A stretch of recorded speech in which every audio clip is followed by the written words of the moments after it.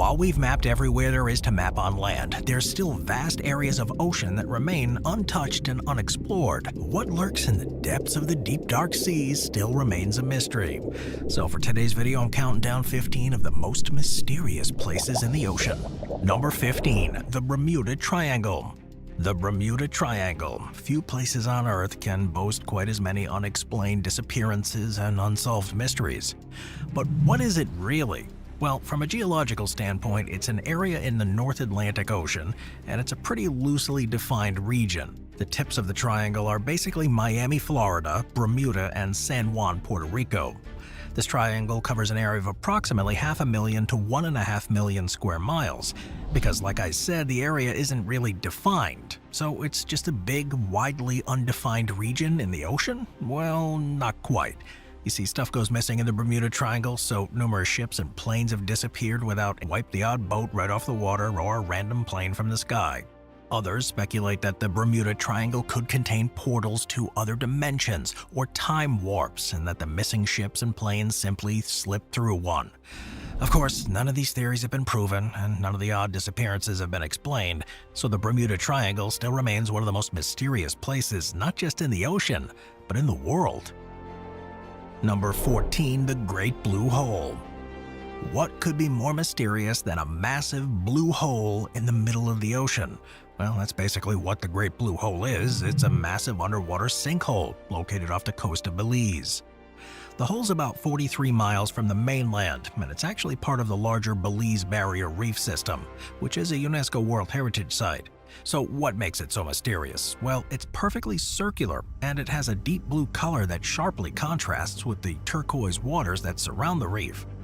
The hole's about 984 feet. Now, the hole may seem to have a bottomless depth, but this place is ripe with marine life. Fish, sharks, coral, you name it, they all live in there. But the real allure is the world of underwater caves. Exploring the hole is not for novice divers. It requires advanced skills and technical equipment, and getting there is no cup of tea either. You have to get permits from the Belize authorities, coordinate transportation and accommodation, and you have to check the weather before heading out. But if you're lucky enough to do so, then you can say you dove in one of the most mysterious places in the ocean. If those aren't bragging rights, I don't know what is. Number 13, Bimini Road. Not so much a place as an object, or an object in a place. Bimini Road is one of the most mysterious objects ever found in the ocean. It's also known as the Bimini Wall or Bimini Rocks. It's an intriguing underwater rock formation off the coast of Bimini in the Bahamas. Now, this road's made up of a series of limestone blocks that are arranged in a regularity that people argue they must be man-made. They're too perfect to be natural, they say. However, the most captivating theory that connects Bimini Road to the legendary lost city of Atlantis comes from Plato's dialogues Timaeus and Critias. There, Atlantis is described as an advanced society that existed over 9,000 years ago before sinking into the sea. That's pretty much where the theory that Bimini Road is a remnant of this fabled city comes from. Of course, there's also a lot of theories that the rocks are perfectly natural, but that theory isn't as much fun. In any case, Bimini Road and what it actually is continues to be a pretty controversial topic, with a lot of people sitting firmly on either sides of the fence. Number 12, the Weddell Sea. A sea itself might not seem like the most mysterious thing around, but the Weddell Sea is not your ordinary sea. This sea is a vast expanse of water located in the Southern Ocean. It extends into the Southern Hemisphere and surrounds Antarctica's eastern side. And yes, scientists can't really access them. It's not that exploring the sea is hard or expensive, it's just downright dangerous. Unpredictable weather and high winds are the norm out there on that sea, and because the sea is really isolated, it takes a lot just to get there. And to make matters worse, nearby Antarctica doesn't really offer much help.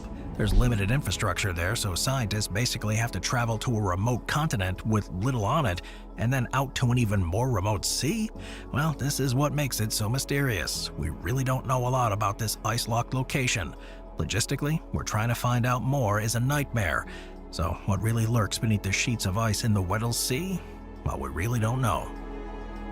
Number 11, Point Nemo. This next mysterious place in the ocean, with the same name as the adorable little fish who got lost and had to be found, kind of has a similar story. Point Nemo is one of the most remote locations on Earth, so finding it really isn't for the faint of in the south and Motu Nui of the Easter Island to the northwest. So Point Nemo is the place in the ocean that is the furthest away from land, surrounded by miles and miles of open ocean in all directions. Due to the remote location, Point Nemo is often called the loneliest place on Earth. Just to put this into perspective, the closest human inhabitants to Point Nemo are the astronauts on the International Space Station. The water here is over 13,000 feet deep, and because it's way out there in the middle of nowhere, the water hasn't really been explored. Most of the ocean floor under Point Nemo hasn't been mapped. So basically, it is one of the very last unexplored places on the planet. And since it's so far away from any land, it's probably safe to say that Point Nemo won't be explored anytime soon, which begs the question, what will we find when we finally find a way to explore Point Nemo? Because finding Point Nemo is as hard as finding one specific little lost fish in the ocean. Is its inhospitableness.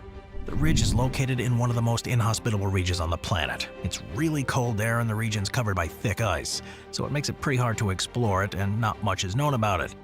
There are active hydrothermal vents there that were discovered along the ridge in 2001, and that's pretty important because these vents emit superheated mineral-rich water. Now, this water can support unique ecosystems and life, so scientists are pretty confident there's plenty of life down there in that ridge.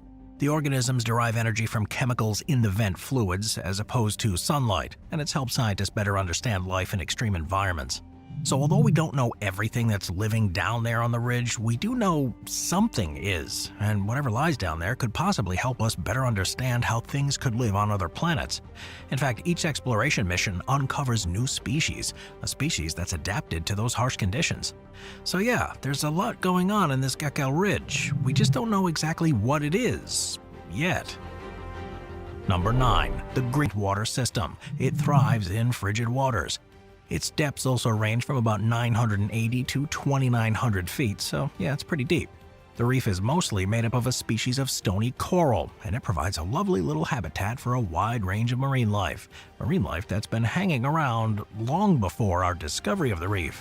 One of the reasons the reef is so mysterious is we didn't even discover it until 2012, and it was discovered by scientists from the Greenland Institute of Natural Resources and the University of Copenhagen. So of course, due to its recent discovery as well as its challenging location, much of the reef is still unexplored. Cold water corals grow much slower than their tropical counterparts, so the green coral reef is really vulnerable to environmental change. If we want to learn more about it, we have to make sure we don't destroy it first or alter it too much. Luckily, the location and the temperature make it pretty costly and logistically hard to explore, so we're not likely to cause the reef too much damage, since we can't send swarms of scientists down there to collect stuff. Yeah, as you might have guessed, because the trench is so deep, it's really hard to explore. In fact, Horizon Deep remains one of the least explored parts of the ocean, which is a shame because the abyssal zone is home to some really unique, highly adapted organisms. They've learned how to survive under immense pressure as well as complete darkness, and we haven't, which is why it's really hard for us to explore there.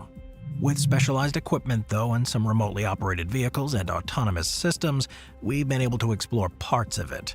The equipment is pretty expensive, though, and sometimes the equipment gets damaged during the mission, such is the case with the HROV Nereus. The Nereus conducted groundbreaking missions down to the Horizon Deep and actually captured some high-resolution images from down there. Sadly, though, it was lost during a subsequent mission, which goes to show how hard it actually is to explore down there. Marine biologists are pretty confident that there's some undiscovered species in the trench, and if we can discover them, we can learn a lot about how to survive and adapt in those areas. It's just a matter of figuring out a way to pristine an ancient environment that fascinates scientists. The mystery surrounding Lake Vostok heightened in the late 20th century when Russian scientists successfully drilled through the ice sheet to reach the lake's surface. Ice cores extracted from this drilling revealed a record of climate and environmental changes of the past. The extreme conditions of the lake, like perpetual darkness, high pressure, and sub-zero temps, have sparked curiosity about what might be down there. Perhaps there's a unique microbial life form down there, and if so, discovering these organisms could provide clues about life's limits on Earth, as well as the potential existence on other planets. They haven't found a lot yet, but what they found is millions of years old, and this is important because scientists could draw parallels between the findings in Lake Vostok and life in similar extreme conditions elsewhere in our solar system. Given the fact that the lake's under a thick layer of ice and its remoteness, exploration is pretty tough. Plus, there's the risk of contamination, so as it stands, whatever's in that lake is still pretty mysterious. And travels into the depths of the Black Sea. How does this happen? Well, it has to do with salt. The underwater river has a dense saline water, and because the density of the water can be affected by many things like temperature, the river actually has distinct layers. It flows because of the currents, and this salty current that flows along the seabed displaces the less dense freshwater.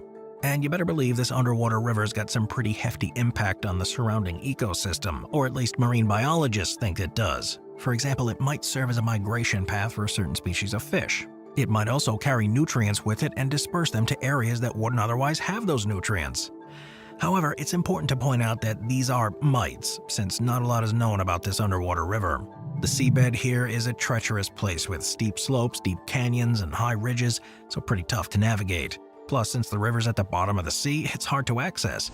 Because of this, the exact origin and evolution of this underwater river aren't really known or fully understood. Their depth that they're named after. They sit below the range of conventional shallow water coral reefs, but above the dark ocean floor. Now, this depth range is known as the Twilight Zone. This zone is characterized by low light conditions. Now, those conditions significantly influence the types of coral that can thrive there, as well as the marine life. However, because the coral reefs are in this twilight zone, it's difficult to study them with run-of-the-mill traditional scuba gear. They're just too deep, so instead the reefs are often explored using submersibles. These ecosystems are different than the ecosystems of their shallow water counterparts. For example, they're species that have adapted to the low light and cooler temperatures, species you won't find in shallower reefs. They might have wacky things like elongated polyps or a flatter structure to help capture more light, and to help soak in that light, a lot of the organisms have these unique pigmentations so they can better absorb the limited light available. The Twilight Zone reefs continue to be studied, but today they're a lesser-known region with some equally lesser-known marine life near the maritime regions of Southeast Asia. Not to be confused with your typical bioluminescence, which only happens in small patches, these lights of the Milky Sea can illuminate massive areas. The glowing effect can last for several hours to several days, and as such, it's been known to provide a light source that passing ships can see.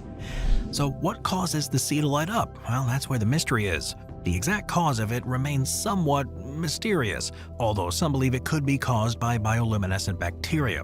Now, those bacteria emit light through a chemical reaction with a fancy scientific name, luciferase-mediated bioluminescence. Basically, the bioluminescence bacteria respond to changes in the ocean's conditions. And because they gather in massive numbers in the Milky Sea, the light is visible over huge areas. The phenomenon, though, is very rare and even more unpredictable, so it's hard for scientists to study it. In any case, the lights from the Milky Sea have been reported for centuries, with the earliest recorded observation coming from Captain John J. Hurd in 1854. So the Milky current. This makes the sea unique and mysterious, since its borders aren't defined by boring old land masses. The sea is named for the seagrass that floats along the surface, Sargasso seaweed.